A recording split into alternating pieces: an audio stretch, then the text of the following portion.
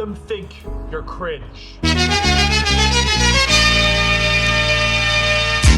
Give it a sec for the pain to start. This wreck right here, it ain't for the faint of heart. They thought they saw the worst verse from the team of G-men who seem like nerds at first. Once they get to know us, people dig us. Inventor of the more demented flow, no matter. Let people think you're cringe. Let people think you're weird. Allow the feeling that someone dislikes what you're doing to be what it is. My entire life, I used to care too much what people thought. Me recording this right now and doing this, in public, people can see me, there's people around. There's not a lot of people right now, but, in general, I like to record in public. And this was something that I used to be terrified of doing.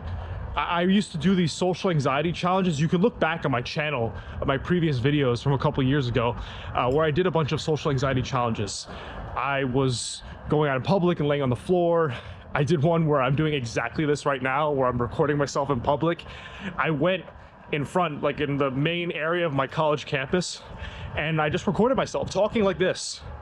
And it was so scary at the time. Exposure therapy is just the key to all of it. What those experiences taught me was that when I purposely choose to dive into fear that's really triggering in my body in a way that is allowing me to create something that I love, that leads to some of the most amazing growth in my entire life. So my main point with this video is, when you want to make something, whether you want to make a YouTube channel, an Instagram account, TikTok, whatever it is, you have like weird art that people, you think will make fun of you. You might say, oh, if I do this, then everyone's gonna make fun of me. Oh, if I do this, people are gonna think I'm cringe, or whatever, people are gonna think I'm weird or whatever. Let them think that. Let them think that you're a weirdo. Let them think that there's something that there's something wrong with you, that you're creating something. The peers in your life, if there's something that is wrong that they find, it's something that you feel inclined to do, that's likely the case that they're not really your friends and their opinion doesn't really matter to begin with. When we want to make something from our hearts, it is by necessity that people are gonna think it's weird. Some people. That is because there's no social proof or support for it. People have this ingrained identity of who you are. And if you've been suppressing that all your life, if you haven't been speaking to that and nurturing that and living from that, then of course it's gonna feel weird because you're doing something outside of your comfort zone. The path to growth is through diving into that discomfort. That exposure therapy, that cringe. Like when I say let people cringe, it's also let you cringe. Like there's this thing in it's called somatic therapy, or it even occurs in mindfulness meditation. When you feel fear, it's not like this thing you think about fear. You feel it viscerally in your body, and the first instinct is to run away from that. But no, the counterintuitive thing is you want to dive into that exactly.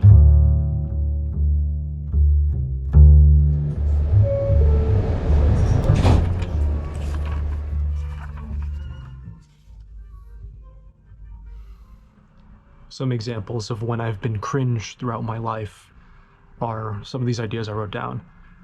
When I did social anxiety exposure therapy, like I mentioned before, making YouTube videos here, whether it's recording in public or just posting online for the first time, and people that I knew in high school, college finding out about my channel, putting on meditation events at my college campus and introducing people who are new to meditation into that, and the fear of being judged for something a little out there and woo-woo, people seeing that. And also when I quit drinking alcohol, in July of 2021, and it's just something that's I barely think about at this point, but it's so normal for me now, and I don't see myself drinking ever again at any point, anytime soon at least.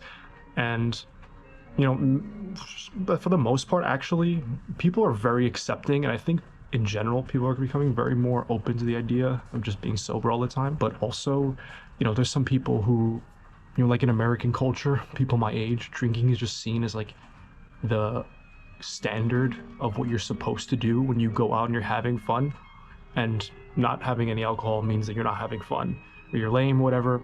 And I never really got that much peer pressure shit for it, but I did get a fair share of people who were like, that's weird. Like they'd look at me and that might be a little cringe, or it's like, what, you don't drink? Or like, come on, just drink. It's like, you'll get some people like that. I just saw very clearly why I wanted to just not drink. I never had a problem with alcohol, but it's just like I don't have any interest in it at all. It doesn't make me feel good. I don't enjoy it. And so I just stopped, and I just see the long-term effects of not doing that, the positive effects. In that scenario, you know, there's nothing I can really do which other than just let them cringe, let them think that me not drinking is weird. And through seeing that, through feeling that judgment and seeing that like it's okay, you have something creative inside of you. You have something authentic inside of you to provide. Just by being yourself, not by really doing anything at all. And like I mentioned, anyone who thinks that's weird is just a projection of their own lack of ability to be themselves. Yeah, like I'm curious what they'll do with Damian Wayne too, because it's like so old-fashioned. You mean, or what do you mean? Oh yeah, true. Yeah.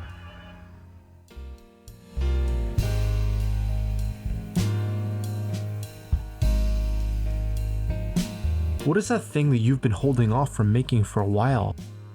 Something that has been exciting to you, but you haven't really done it because you're afraid. Whether it's what other people think or your peers, I don't really care what it is. But I know that you have something you want to do in your life to actualize from your own intuition. Take a second and think about what that is.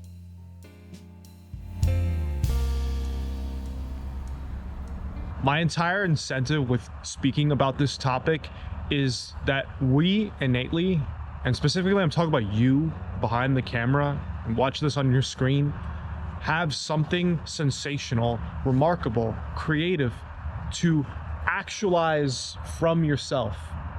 You are innately creative.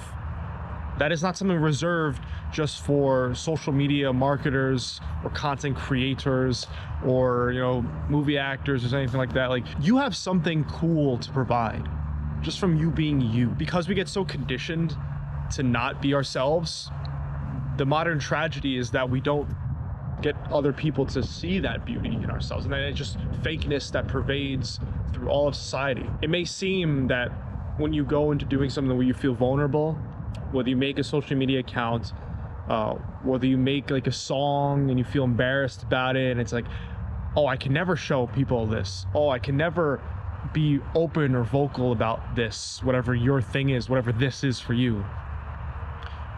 The funny thing is, like, actually when you go into that fear, you'll find the greatest amount of freedom in that, as opposed to restricting that with yourself. Restricting you letting other people think you're cringe. And it's just allowing that. Like, oh yeah, let them think I'm cringe. Let them think I'm weird. That is how you get to the people that will resonate the most with your value and who you are as a person. So go out there, make something of your life, something remarkable, something cool. Do something today that's out of the norm.